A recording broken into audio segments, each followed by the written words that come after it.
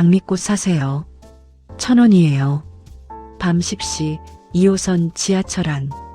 퇴근길 승객들 사이로 작은 목소리가 흘러나왔습니다. 12살 준혁이는 낡은 운동화를 질질 끌며 객차 사이를 오갔어요. 손에는 시들어가는 빨간 장미 5송이가 들려 있었죠. 장미꽃 사세요. 준혁이의 목소리는 점점 작아졌습니다. 찢어진 패딩 안으로 차가운 바람이 스며들었어요. 11월의 날씨는 이미 겨울처럼 추웠습니다. 때 묻은 얼굴과 손톱 밑 검은 때, 너무 작아진 바지에서 삐져나온 발목까지. 승객들은 준혁이를 보자마자 고개를 돌렸습니다. 저리 가. 애가 왜 이 시간에 돌아다녀. 한 중년 남성이 짜증스럽게 손을 휘저었습니다. 준혁이는 죄송합니다 하고 작게 인사한 뒤 다음 칸으로 넘어갔어요. 이미 익숙한 일이었죠. 다음 칸에서도 마찬가지였습니다. 사람들은 스마트폰만 들여다보거나 일부러 눈을 감았어요. 준혁이의 배에서 꼬르륵 소리가 났지만 아무도 들은 척하지 않았습니다. 바로 그때였습니다. 얘야, 이리 와봐. 따뜻한 목소리가 들렸어요. 준혁이는 고개를 들었습니다. 창가에 앉은 한 중년 여성이 손짓하고 있었죠. 깔끔한 코트에 단정한 머리, 50대 후반으로 보이는 여성이었습니다. 장미꽃 하나 주겠니? 미선은 지갑에서 1,000원을 꺼냈습니다. 준혁이는 조심스럽게 다가가 가장 예쁜 장미 한 송이를 건넸어요. 감사합니다. 준혁이의 인사는 또박또박했습니다. 더러운 옷차림과는 달리 예의가 바른 아이였죠. 미선은 그런 준혁이를 유심히 바라봤습니다. 얘야, 밥은 먹었니? 준혁이는 잠시 망설이다가 고개를 끄덕였습니다. 네, 먹었어요. 걱정 마세요. 하지만 미선은 알 수 있었습니다. 아이의 움푹 들어간 볼과 깡마른 팔을 보면요. 거짓말이라는 걸. 엄마 아빠는 어디 계시니? 없어요. 준혁이의 목소리가 작아졌습니다. 미선은 더 이상 묻지 않았어요. 대신 지갑에서 10,000원짜리를 꺼내 준혁이 손에 쥐어주었습니다. 거스름돈은 됐어. 오늘 저녁 꼭 사 먹어야 해. 알았지? 아, 아니에요. 너무 많아요. 준혁이는 황급히 손을 내저었습니다. 하지만 미선은 준혁이의 작은 손을 꽉 감싸쥐었죠. 아줌마가 주는 거야. 받아. 준혁이의 눈에 눈물이 맺혔습니다. 오랜만에 느껴보는 따뜻함이었어요. 누군가의 손길이 이렇게 따뜻할 수 있다는 걸 준혁이는 거의 잊고 있었습니다. 감사합니다. 정말 감사합니다. 준혁이는 90도로 허리를 숙여 인사했습니다. 그리고 다음 역에서 내렸어요. 미선은 창밖으로 준혁이의 작은 뒷모습을 바라봤습니다. 플랫폼에서 다시 장미를 들고 서 있는 아이. 미선의 눈에서 눈물 한 방울이 흘러내렸습니다. 저 아이, 우리 준혁이랑 똑같은 나이야. 15년 전 교통사고로 잃은 아들. 미선은 매일 밤 이렇게 지하철을 타며 아들과 비슷한 아이들을 찾아다녔습니다. 하지만 오늘 만난 이 아이는 뭔가 달랐어요. 말투, 눈빛, 심지어 인사하는 각도까지. 미선은 핸드백에서 장미를 꺼내 코에 가져다 댔습니다. 시들어가는 꽃이었지만 미선에게는 세상 어떤 꽃보다 소중했어요. 다음 날도 그 다음 날도 미선은 같은 시간 같은 지하철을 탔습니다. 그리고 매번 준혁이를 만났어요. 준혁이도 이제 미선을 알아봤습니다. 아줌마, 오늘도 오셨네요. 그래, 오늘도 장미 하나 줄래? 이렇게 일주일이 지났습니다. 미선은 결심했어요. 저 아이가 어디서 자는지 확인해야겠어. 일주일째 되던 날 미선은 준혁이를 몰래 따라가기로 결심했습니다. 밤 11시 준혁이는 마지막 지하철역에서 내렸어요. 미선도 조심스럽게 뒤를 따랐습니다. 준혁이는 역 밖으로 나와 한강 방향으로 걸어갔죠. 이 추운 날씨에 어디로 가는 거지? 미선은 가슴이 철렁했습니다. 한강 다리 밑으로 향하는 준혁이의 뒷모습이 너무나 위태로워 보였어요. 준혁이는 다리 밑 판자촌 깊숙한 곳으로 들어갔습니다. 낡은 천막과 비닐로 둘러싸인 작은 공간. 그곳에 누군가 누워 있었어요. 할아버지, 다녀왔어요. 준혁이의 밝은 목소리가 들렸습니다. 미선은 숨을 죽이고 조심스럽게 가까이 다가갔어요. 천막 안에는 70대로 보이는 할아버지가 누워 계셨습니다. 중풍으로 몸을 제대로 가누지 못하는 것 같았어요. 준혁이는 작은 버너에 물을 끓이며 말했습니다. 할아버지, 오늘 대박 났어요. 꽃을 10송이나 팔았다니까요? 할아버지는 말을 제대로 하지 못했습니다. 하지만 준혁이를 바라보는 눈빛만은 따뜻했어요. 제가 편의점에서 사온 김밥이에요. 할아버지 좋아하시는 참치김밥이요. 준혁이는 할아버지를 조심스럽게 일으켜 세웠습니다. 12살 아이의 힘으로는 벅찬 일이었지만 준혁이는 익숙하게 할아버지를 돌봤어요. 자, 천천히 드세요. 오늘 착한 아줌마가 10,000원이나 주셨어요. 그래서 할아버지 약도 살 수 있어요. 할아버지의 눈에서 눈물이 흘러내렸습니다. 미선은 더 이상 참을 수 없었습니다. 천막 앞으로 다가가 조심스럽게 불렀어요. 준혁아. 준혁이는 깜짝 놀라 뒤를 돌아봤습니다. 지하철에서 만난 그 아줌마였어요. 아, 아줌마. 어떻게 여기를. 준혁이의 얼굴이 빨개졌습니다.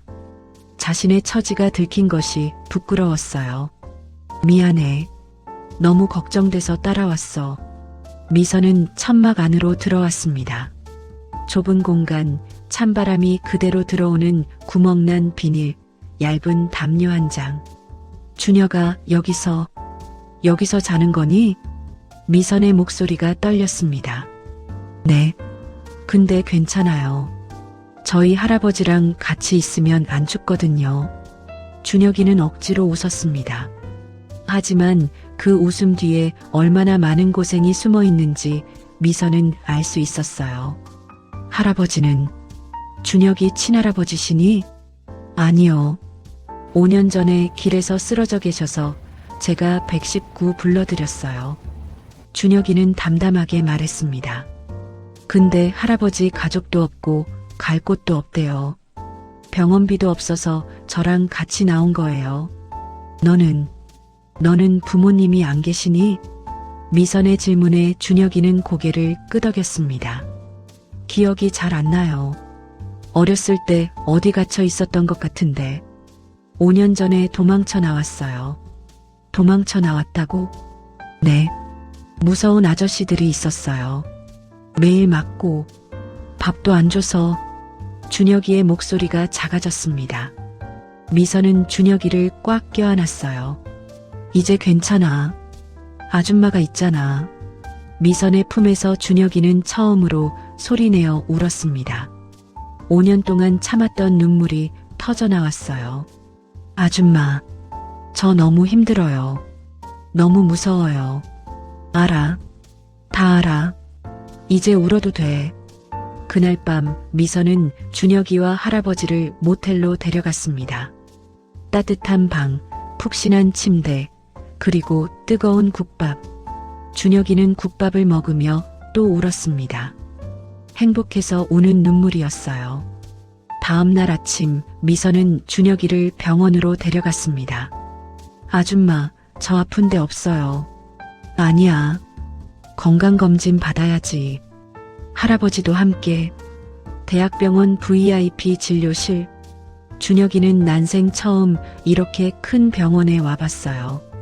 하얀 가운을 입은 의사 선생님들이 친절하게 준혁이를 맞이했습니다. 준혁이라고 하니? 몇 살이야? 12살이요. 그래. 오늘은 몸 상태를 확인하는 거야.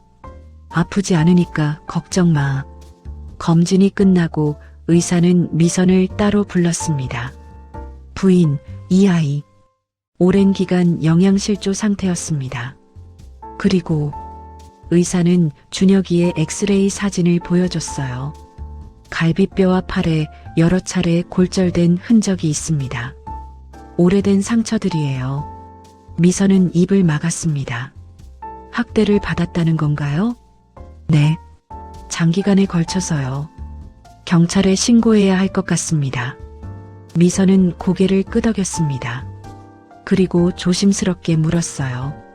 선생님, 혹시 DNA 검사도 가능한가요?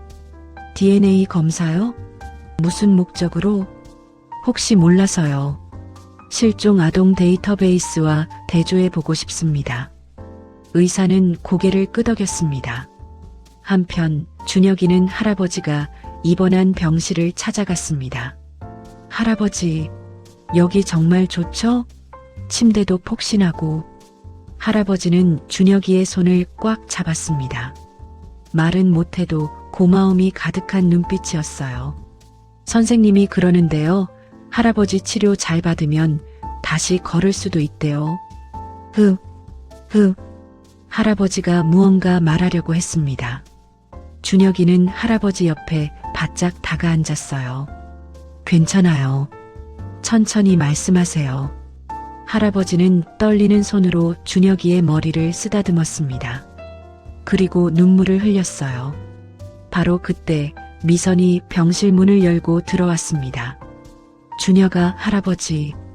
미선의 얼굴이 심각했습니다. 경찰이 와 있어. 준혁이 얘기 좀 들어야 한대. 경찰이요? 준혁이는 겁이 났습니다. 5년 전 그 무서운 아저씨들이 떠올랐어요. 괜찮아. 나쁜 사람들 잡으려고 오신 거야. 준혁이를 도와주러 오신 거라고. 상담실에서 여자 형사가 부드럽게 물었습니다. 준혁아, 5년 전 일을 기억할 수 있니? 잘 모르겠어요. 천천히 생각해봐. 어디에 갇혀 있었니? 준혁이는 눈을 감았습니다. 기억 속으로 들어갔어요. 컨테이너 같은 곳이었어요. 아이들이 많았어요. 다들 울고. 몇 명이나 있었어? 10명? 20명? 잘 모르겠어요. 형사는 태블릿을 꺼내 사진들을 보여줬습니다. 이 중에 기억나는 곳이 있니? 준혁이는 사진들을 넘기다가 한 장에서 멈췄습니다. 여기에요. 확실하니? 네. 이 철문이 기억나요. 여기서 도망쳤어요. 형사는 눈빛이 날카로워졌습니다. 준혁아, 아주 잘했어. 이 정보로 다른 아이들도 구할 수 있어. 준혁이의 눈이 커졌습니다. 정말요? 다른 애들도 구할 수 있어요? 그럼. 준혁이가 용감하게 말해줘서 가능해진 거야. 그날 저녁 미선은 병원 옥상에서 남편에게 전화를 걸었습니다. 여보, 나예요. 미선아, 어디야? 오늘도 늦네. 여보. 이상한 말 같겠지만 미선의 목소리가 떨렸습니다. 우리 준혁이를 닮은 아이를 만났어요. 전화기 너머로 긴 침묵이 흘렀습니다. 여보. 미선아, 또 그러는 거야? 우리 준혁이는 15년 전에. 알아요. 근데 이 아이는 진짜 달라요. DNA 검사를 의뢰했어요. 뭐? 만약에 말이에요. 정말 만약에. 미선은 더 이상 말을 잇지 못했습니다. 15년 동안 품어온 희망. 하지만 매번 실망으로 끝났던 그 희망. 이번에는 다를까요? 일주일 후 미선은 병원 원장실로 호출되었습니다. 부인, 앉으세요. 원장의 표정이 심각했습니다. 미선의 가슴이 두근거렸어요. DNA 검사 결과가 나왔습니다. 원장은 서류 한 장을 미선 앞에 놓았습니다. 미선의 손이 떨렸어요. 서류를 집어들 수가 없었습니다. 제가 읽어드릴까요? 미선은 고개를 끄덕였습니다. 모자 일치 확률 99.9%. 부인, 이 아이는 우리 아들이에요? 미선의 목소리는 떨렸습니다. 네. 생물학적으로 부인의 친아들이 맞습니다. 순간 미선의 눈앞이 하얘졌습니다. 15년을 기다렸어요. 매일 밤 지하철을 타고 거리를 헤매며 비슷한 아이들을 찾아다녔습니다. 사람들은 미선을 미쳤다고 했어요. 남편도 포기하라고 했죠. 하지만 미선은 알고 있었습니다. 아들이 살아있다는 걸. 원장님, 미선은 목이 메어 말을 잇지 못했습니다. 축하드립니다, 부인. 기적입니다. 미선은 그 자리에서 무너졌습니다. 15년간 쌓아온 눈물이 한꺼번에 터져 나왔어요. 1시간 후 미선은 남편 태수에게 전화를 걸었습니다. 여보, 지금 당장 와요. 병원으로. 무슨 일이야? 너 괜찮아? 우리 준혁이 우리 아들 찾았어요. 뭐? DNA 검사 결과 나왔어요. 99.9% 일치. 여보, 우리 준혁이가 살아있었어요. 전화기 너머로 무언가 떨어지는 소리가 들렸습니다. 태수가 놀라서 떨어뜨린 것 같았어요. 지금 뭐라고 했어? 우리 아들이요. 15년 전 잃어버린 우리 준혁이요. 30분 후 태수가 병원에 도착했습니다. 한성그룹 회장인 그는 검은 정장에 잘 빗어넘긴 머리를 하고 있었어요. 하지만 지금은 머리가 헝클어져 있었고 눈은 충혈되어 있었습니다. 어디 있어? 우리 아들 어디 있어? 미선은 태수의 손을 잡고 병실로 향했습니다. 여보, 진정해요. 준혁이는 아직 몰라요. 뭘 몰라? 자기가 우리 아들이라는 거요. 기억을 잃은 것 같아요. 복도를 걸으며 미선은 15년 전 이야기를 했습니다. 2010년 5월 14일이었어요. 준혁이 7살 생일날.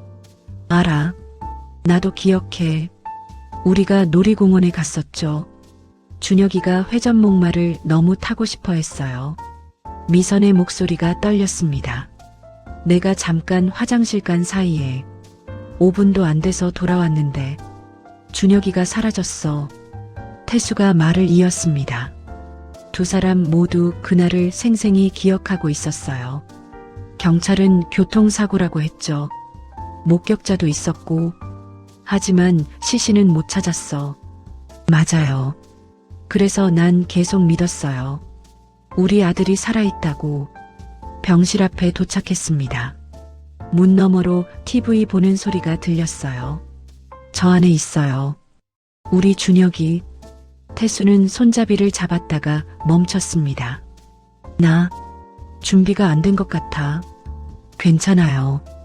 천천히 하면 돼요. 미선이 먼저 문을 열었습니다. 준혁아. 아줌마. 아줌마는 정말 천사 같아요. 할아버지가. 준혁이가 돌아보다가 멈췄습니다. 낯선 남자가 아줌마 뒤에 서 있었어요. 정장을 입은 무서워 보이는 아저씨. 준혁아, 이분은. 미선이 소개하려는데 태수가 먼저 움직였습니다. 태수는 준혁이 앞으로 걸어가더니 무릎을 꿇었어요. 그리고 준혁이를 끌어안았습니다. 미안해. 아빠가 미안해. 네, 아빠. 준혁이는 당황했습니다. 갑자기 무슨 일인지 이해할 수 없었어요. 준혁아, 너 기억 안 나니? 아빠를. 태수의 목소리는 울음으로 범벅이 되어 있었습니다. 준혁이는 천천히 고개를 들어 그 남자를 바라봤습니다. 그리고 미선을 봤어요. 아줌마, 이게 무슨... 준혁아. 미선도 다가와 준혁이의 손을 잡았습니다. 너는 우리 아들이야. 아들이라고요? 준혁이는 믿을 수 없다는 표정으로 미선을 바라봤습니다. 무슨 말씀이세요? 저는 부모님이 없는데. 있어. 여기 있어. 태수가 준혁이의 두 손을 꽉 잡았습니다. 준혁아, 우리가 15년 동안 너를 찾았어. 매일매일 찾아 헤맸어. 15년이요? 그럼 저는 준혁이의 머릿속이 복잡해졌습니다. 미선은 가방에서 낡은 사진첩을 꺼냈습니다. 늘 가지고 다니던 것이었어요. 이것 봐. 이게 내 어렸을 때 사진이야. 사진 속에는 7살쯤 된 남자아이가 웃고 있었습니다. 놀이공원에서 찍은 사진이었어요. 회전목마 앞에서 환하게 웃고 있는 아이. 준혁이는 사진을 빤히 바라봤습니다. 이게 저예요? 그래. 내 7살 생일날 찍은 거야. 마지막 사진이었어. 준혁이는 사진을 손에 들고 한참을 바라봤습니다. 뭔가 익숙한 느낌이 들었어요. 하지만 확실하지 않았습니다. 기억이 안 나요. 괜찮아. 미선이 준혁이를 안았습니다. 기억은 천천히 돌아올 거야. 중요한 건 내가 여기 있다는 거야. 우리 곁에. 태수는 의자에 주저앉았습니다. 15년간 쌓아온 감정이 한꺼번에 터져 나왔어요. 내가 지키지 못해서 미안하다. 아빠가 너를 잃어버렸어. 준혁이는 태수를 바라봤습니다. 저렇게 울고 있는 어른을 본 적이 없었어요. 아저씨, 아니 아빠. 그 말에 태수는 고개를 들었습니다.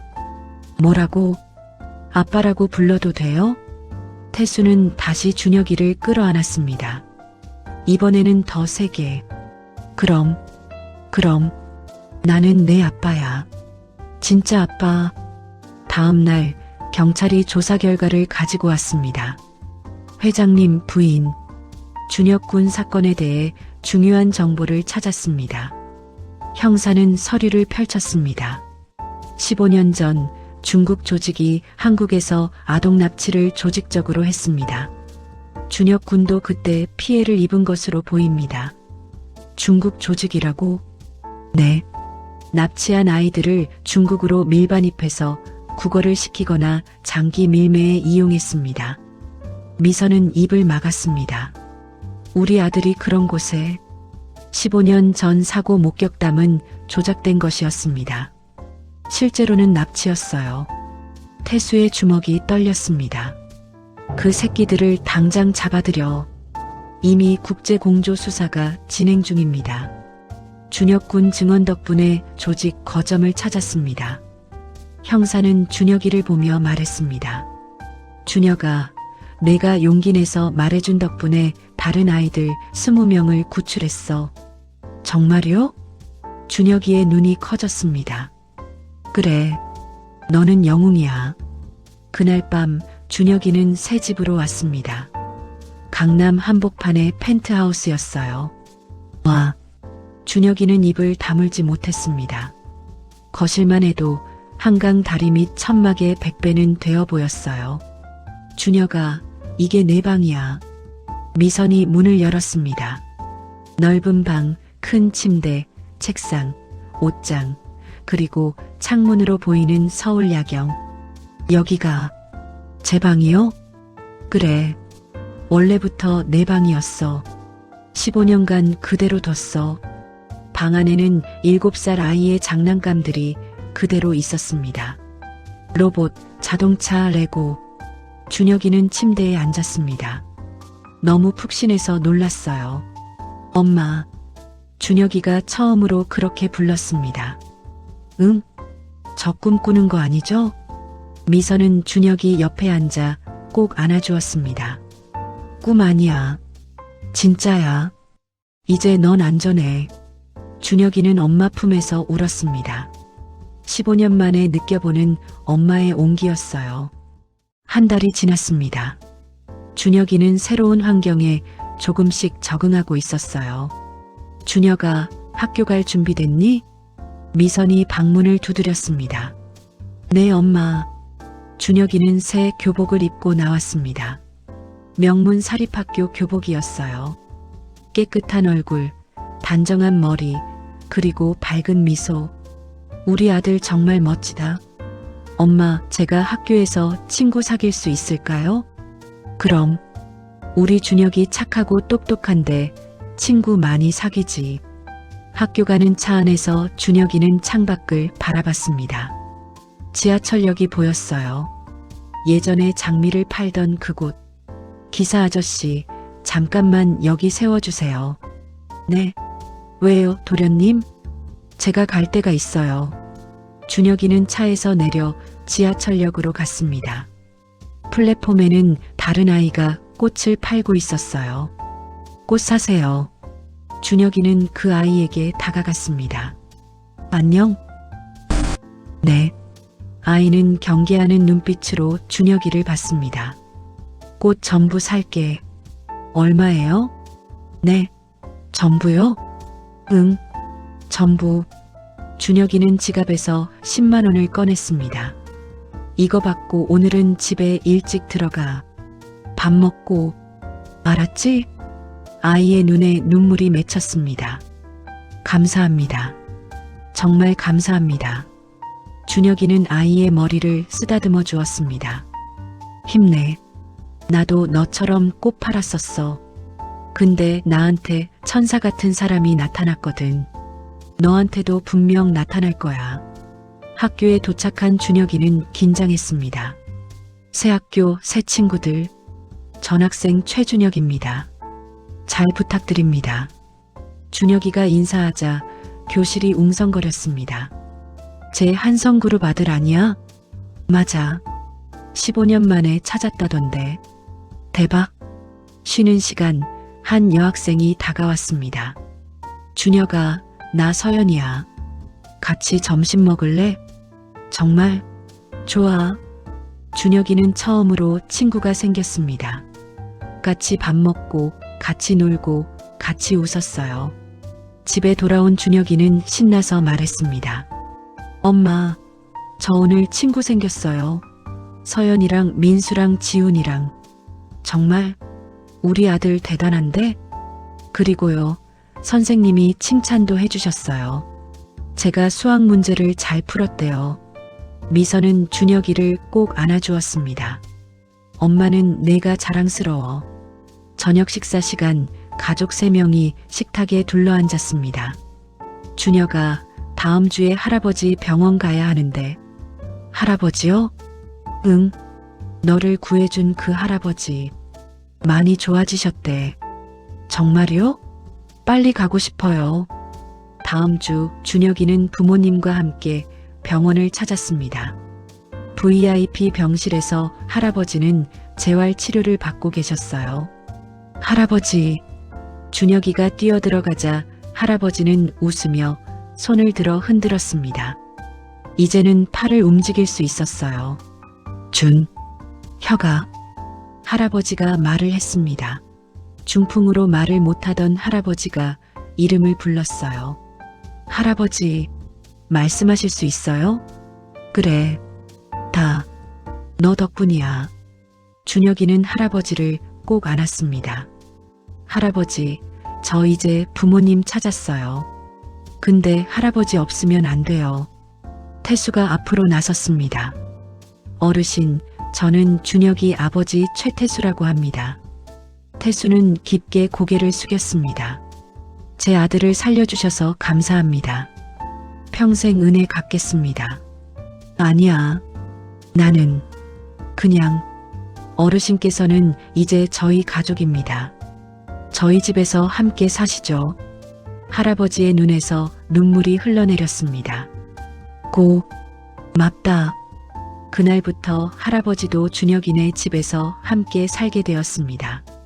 넓은 집에 방도 많았고 간호사도 배치되었어요. 어느 날 저녁 4명이 거실에 모여 앉았습니다. 준혁아, 너 장래희망이 뭐야? 아빠 태수가 물었습니다. 저요? 저는요. 준혁이는 잠시 생각했습니다.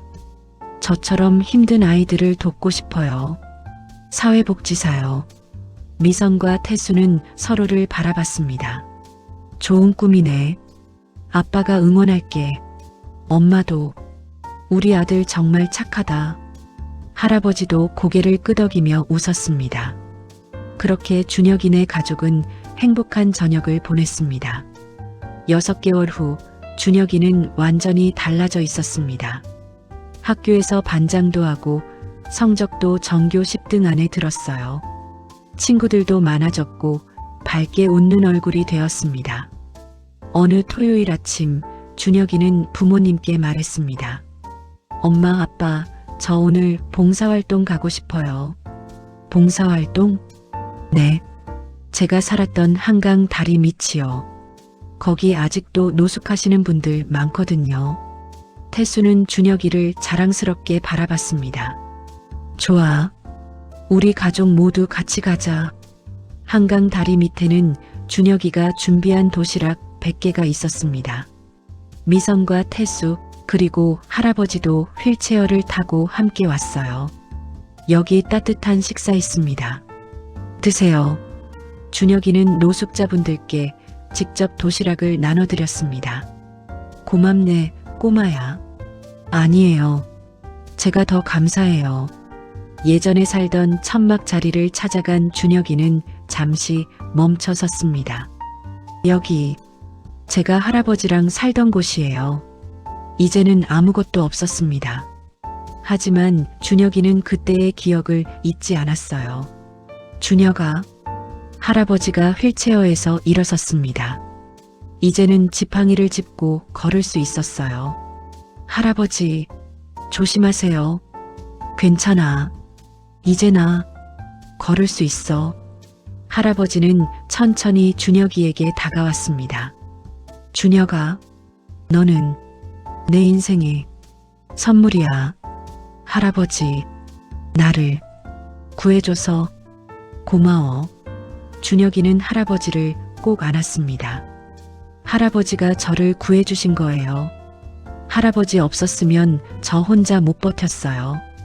그날 저녁 집으로 돌아온 가족들은 거실에 모였습니다. 태수가 준혁이를 불렀습니다. 준혁아, 아빠가 줄 게 있어. 뭔데요? 태수는 서류 봉투를 꺼냈습니다. 이게 뭐예요?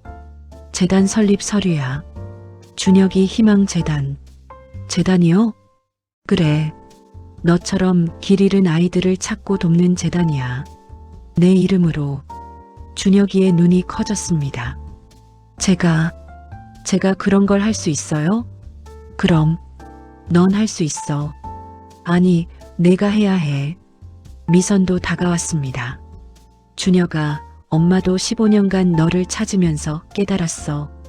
이 세상에는 부모를 찾는 아이들이 너무 많다는 걸. 엄마, 그래서 엄마랑 아빠가 결정했어. 실종 아동을 찾는 일도 재단에서 하기로. 할아버지도 고개를 끄덕였습니다. 좋은 일이야. 나도 도울게. 준혁이는 가족들을 돌아보며 웃었습니다. 고마워요. 모두 고마워요. 3개월 후 준혁이 희망재단 개소식이 열렸습니다. 많은 기자들과 사람들이 모였어요. 안녕하세요. 최준혁입니다. 준혁이는 단상에 올라 말했습니다. 저는 5년 동안 길거리에서 살았습니다. 추웠고 배고팠고 무서웠습니다. 사람들은 조용히 준혁이의 말을 들었어요. 하지만 저는 운이 좋았습니다. 저를 구해준 할아버지가 계셨고 저를 찾아준 부모님이 계셨거든요. 준혁이는 객석의 가족들을 바라봤습니다. 이 재단은 아직 부모를 못 찾은 친구들을 위한 거예요. 그리고 길 잃은 아이들을 찾는 부모님들을 위한 거예요. 박수가 터져 나왔습니다. 저는 약속합니다. 제가 받은 사랑을 다른 친구들에게도 나눠주겠습니다. 개소식이 끝나고 첫 번째 실종 아동 찾기 프로젝트가 시작되었습니다. 한 달 후 재단을 통해 첫 아이가 부모를 만났습니다. 엄마, 우리 딸. 준혁이는 그 모습을 보며 눈물을 흘렸습니다. 행복한 눈물이었어요. 저녁 가족 식사 시간. 준혁아, 오늘 학교 어땠어? 좋았어요. 그리고 재단에서 연락 왔는데 이번 주에 2명 더 가족 만난대요. 정말 대단한데. 할아버지가 준혁이의 머리를 쓰다듬었습니다. 자랑스럽다. 우리 준혁이. 할아버지, 저 이번에 시험에서 2등 했어요. 오, 대단해. 네 명은 함께 웃었습니다. 그날 밤 준혁이는 침대에 누워 천장을 바라봤습니다. 5년 전 한강 다리 밑 천막에서 잠들던 그때가 떠올랐어요. 춥고 무섭고 외로웠던 그때. 하지만 지금은 달랐습니다. 따뜻한 침대, 사랑하는 가족, 그리고 꿈. 엄마. 준혁이가 작게 불렀습니다. 옆방에서 미선이 대답했어요. 왜 아들? 사랑해요. 엄마도 사랑해. 우리 아들. 준혁이는 눈을 감았습니다. 평온한 미소를 지으며 15년을 헤맨 아이가 집으로 돌아왔습니다. 15년을 떠돈 아이가 가족을 만났습니다. 그리고 이제 그 아이는 다른 아이들의 희망이 되었습니다. 끝이 아니라 새로운 시작이었습니다. 사랑으로 가득한 시작. 1년 후 준혁이 희망재단은 47명의 실종 아동을 가족과 재회시켰습니다. 준혁이는 중학교 2학년이 되었고 여전히 매주 봉사활동을 나갑니다. 할아버지는 완전히 회복하셔서 이제는 재단에서 자원봉사를 하십니다. 그리고 준혁이네 가족은 오늘도 함께 저녁을 먹으며 웃습니다. 잃어버렸던 시간은 돌아오지 않지만 앞으로의 시간은 사랑으로 채울 수 있습니다. 그것이 준혁이가 세상에 전하는 메시지입니다. 감동 사연으로 따뜻함을 느끼셨다면 좋아요, 구독 꾹 눌러주세요.